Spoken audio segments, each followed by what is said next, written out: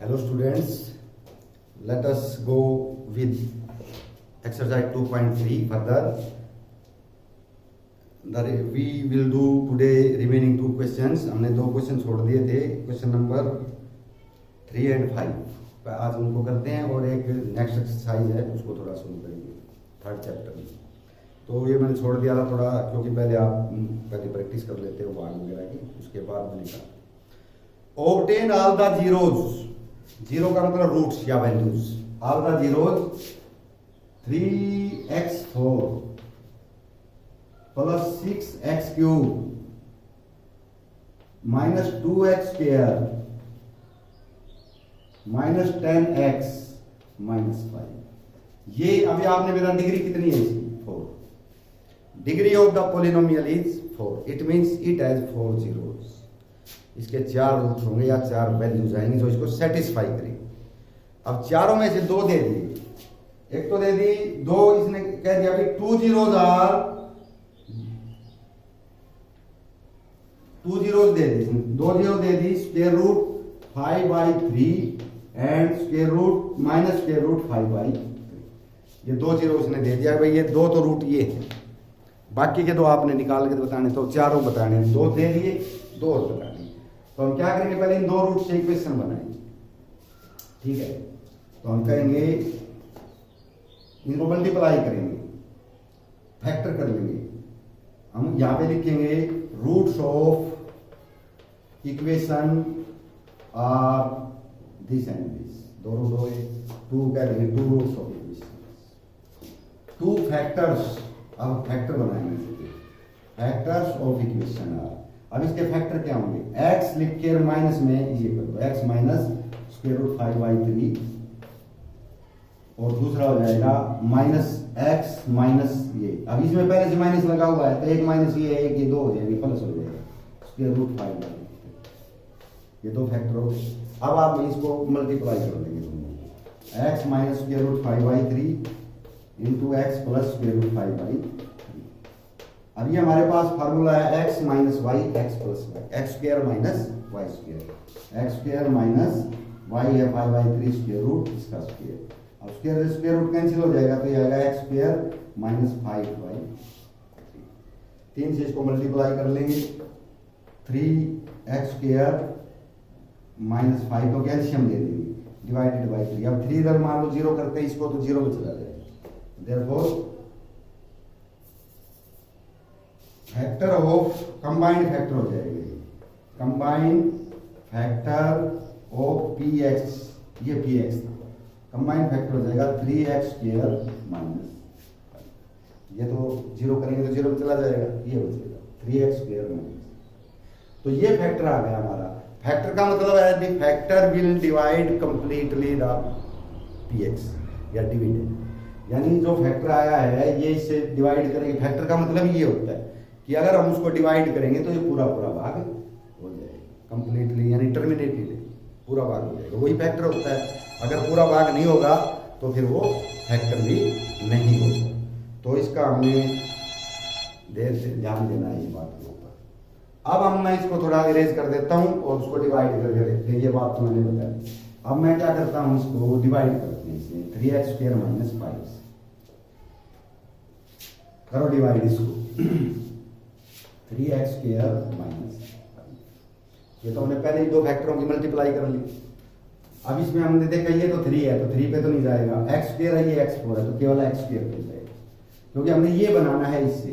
तो इसका कोफिशिएंट इसका कोफिशिएंट इक्वल है तो वो तो 1 से ही करना है, लेकिन जो वेरिएबल है ये x स्क्वायर है ये x4 है तो ये x स्क्वायर पे जाएगा। तो 3x4 माइनस 5x स्क्वायर, क्योंकि x स्क्वायर के नीचे लिखेंगे हम, ये माइनस ये प्लस ये कैंसिल, तो लिखेंगे पहले इसको क्योंकि इसके नीचे कुछ नहीं है तो यूं का यूं लिखा जाएगा 6x क्यूब, ये हो गया प्लस का ये माइनस का, डिफरेंट साइन सब्ट्रैक्ट करो, plus 3x square minus 10x minus. अब हमने इसके बराबर बनाना है, तो ये 6 है ये 3 है तो 2 से मल्टीप्लाई करना है, तो एक तो साइन प्लस है ये भी प्लस है तो प्लस ही लिखना है। 2x स्क्वायर है ये x3 है तो x से करना पड़ेगा, 2x से करो उसको, 6x cube minus 5 to the 10x ये साइन चेंज करो, माइनस ये प्लस, ये कैंसिल, ये भी कैंसिल, 10x प्लस के 10 माइनस, ये बचा 3x स्क्वायर माइनस 5। अब ये तो ऐसा ही है, तो किस पे जाएगा, जब तक ये पावर बराबर है ना तब तक भाग करना है आपने, डिवाइड करना है, +1 पे करेगा। तो 3x square minus 5 sign change, ये कैंसिल, ये कैंसिल। अब जब इसको हमने ये फैक्टरी थे पहले से, इनसे डिवाइड किया तो ये, तो मतलब इसको हमने दो हिस्सों में तोड़ दिया, एक ये था जो फैक्टर दे रखे थे इसके, दूसरा ये। अब इसके फैक्टर कर लीजिए, x square minus plus 2x plus 1, तो इसके फैक्टर हम करेंगे इक्वल टू 0 कर लो, इसके ये आ जाएगा। अब आपने स्क्वायर खोला ही है, x प्लस 1 होल स्क्वायर, क्या आएगा, first square plus second square plus 2 into first into second 2x, x square plus 1 plus 2x, वही है x square plus 2x plus 1, यानी x प्लस 1 होल स्क्वायर है। होल स्क्वायर का मतलब ये 2 बार आ गया, x plus 1 into x plus 1 equal to 0। या तो ये डिवाइड में जाएगा तो ये इसके बराबर आएगा, x plus 1 equal to 0, x equal to 0। अगर ये 0 डिवाइड में जाएगा तो ये 0 हो जाएगा, तो ये भी वही आएगा। तो x की दो वैल्यूज आएंगी, therefore 2 zeros of px are 1 -1 -1। देखो भले ही वो बराबर आ रहे हैं, दोनों -1 आ रहे हैं, लेकिन लिखने पड़ेंगे आपको, दोनों अलग अलग लिखने पड़ेंगे, 4 बनाने हमने। तो हम कहेंगे all zeros of px, सभी जीरोस क्या होंगी, square root 5/3 minus square root 5/3, ये तो दे रखे थे, -1 -1, ये हमने निकाल दी। तो 4 होते हैं, 4 ऐसे निकालेंगे, ठीक है। अब नेक्स्ट मैं लेता हूं इसका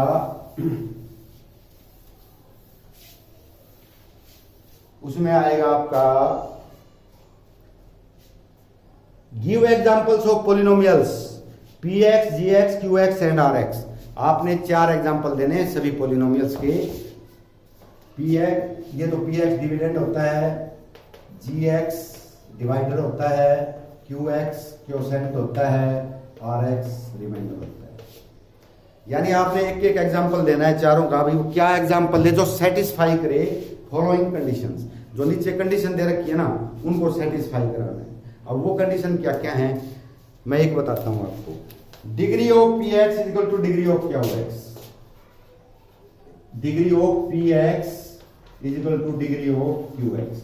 यानी हम ऐसे एग्जांपल देंगे जो इसको सेटिस्फाई भी करना चाहिए पूरे को, और उसकी डिग्री इक्वल होनी चाहिए क्यू एक्स की भी और पी एक्स की। यानी जितनी डिग्री पी एक्स की उतनी ही डिग्री क्यू एक्स की। इसका मीनिंग ये हुआ कि मान लो पी एक्स में एक्स स्क्वायर डिग्री बनती है, 2 डिग्री बनती है, एक्स स्क्वायर से शुरू होता है, तो क्यू एक्स भी किससे शुरू होगा, एक्स स्क्वायर से ही शुरू होगा। अब तो उसमें एक्स तो आएगा नहीं, तो हम इसको ऐसा ले सकते हैं, हमने ये ले लिया 2x स्क्वायर प्लस 4 और इसको ले लिया क्यू एक्स को।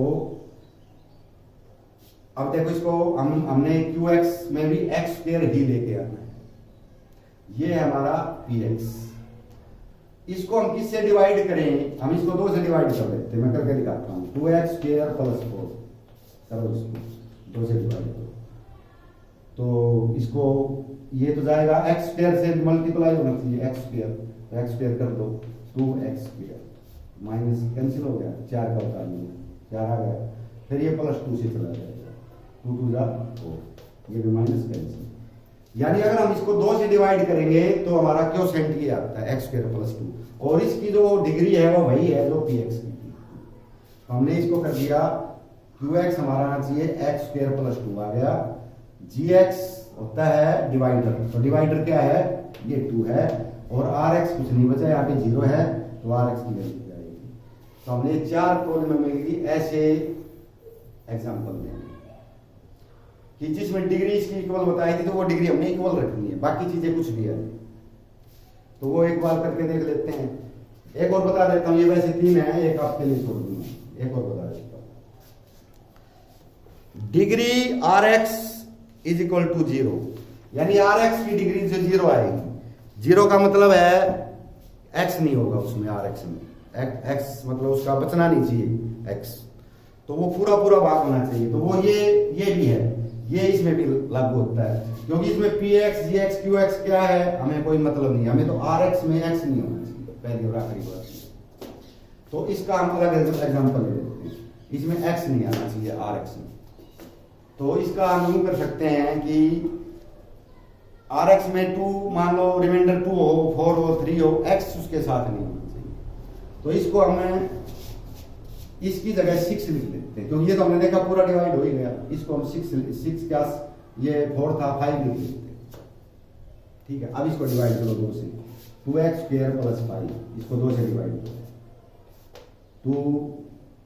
2 से डिवाइड करेंगे तो x स्क्वायर पे जाएगा, 2x स्क्वायर माइनस कैंसिल 5 का उतार लिया, प्लस 2 पे जाएगा, 2 2 जा 4, 1 बचा। अब ये रिमाइंडर है, इसमें px क्या है 2x स्क्वायर प्लस 5, gx क्या है 2 से भाग किया है, qx है x स्क्वायर प्लस 2 और rx 1 है, और इसकी डिग्री क्या है 0, क्योंकि इसके अगर हम डिग्री लगाएंगे तो x रेज टू पावर 0 है, क्योंकि जब x raise to power x के ऊपर अगर 0 पावर है ना तो 1 माना जाता है।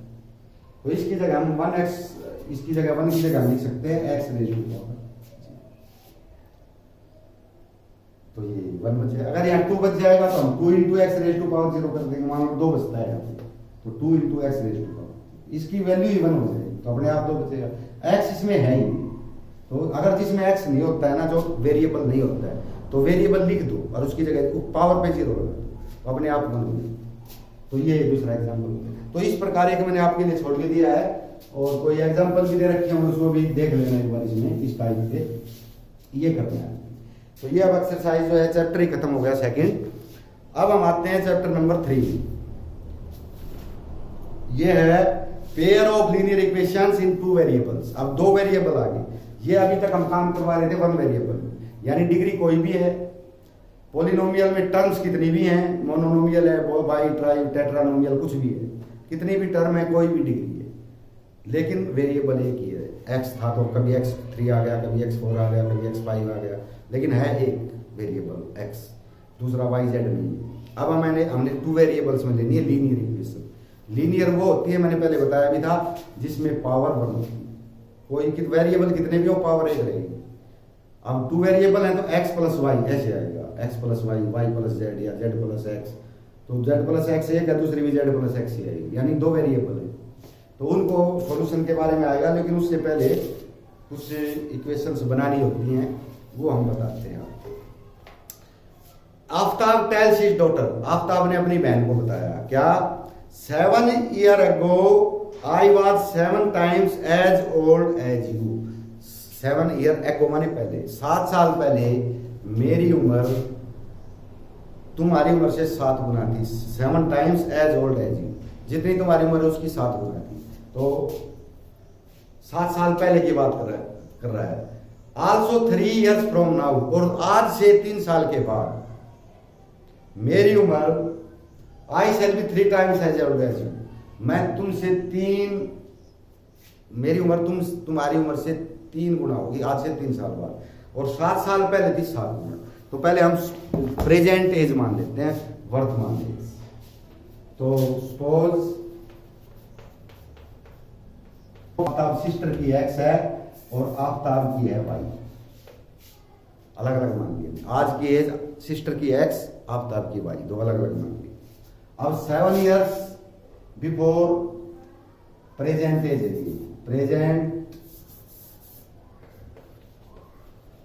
प्रेजेंट एज ऑफ सिस्टर,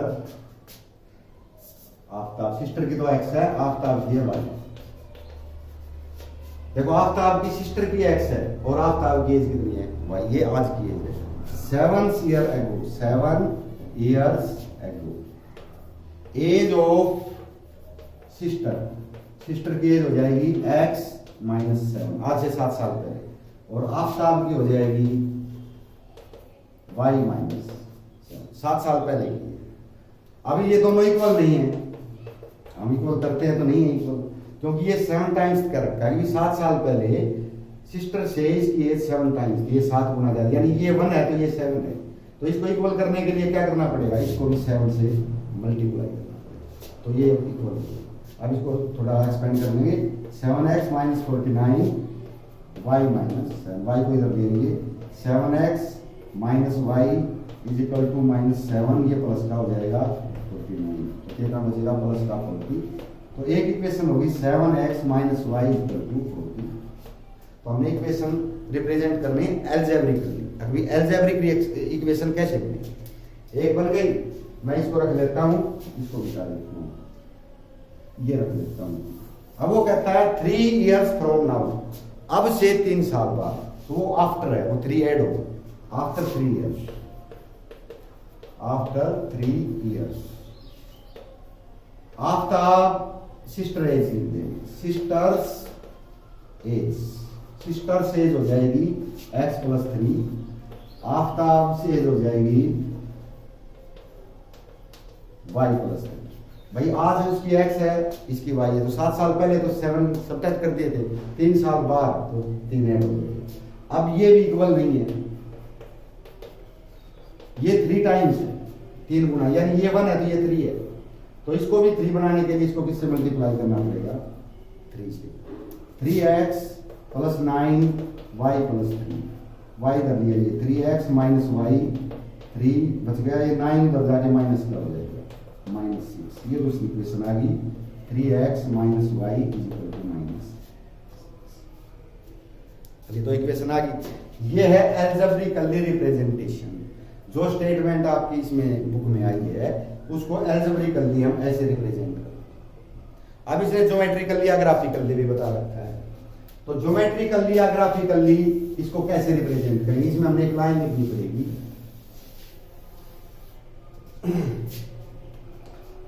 कि देखो अगर हम यहाँ पे x और y की वैल्यू रखते हैं, कोई भैया x ही कुछ रखते, जैसे मैं एक रख के लिखा 7x minus y is equal to 42 है, हमने इसका रख लिया x इज इक्वल टू 6 और y इज इक्वल टू 0, ये रख दिया।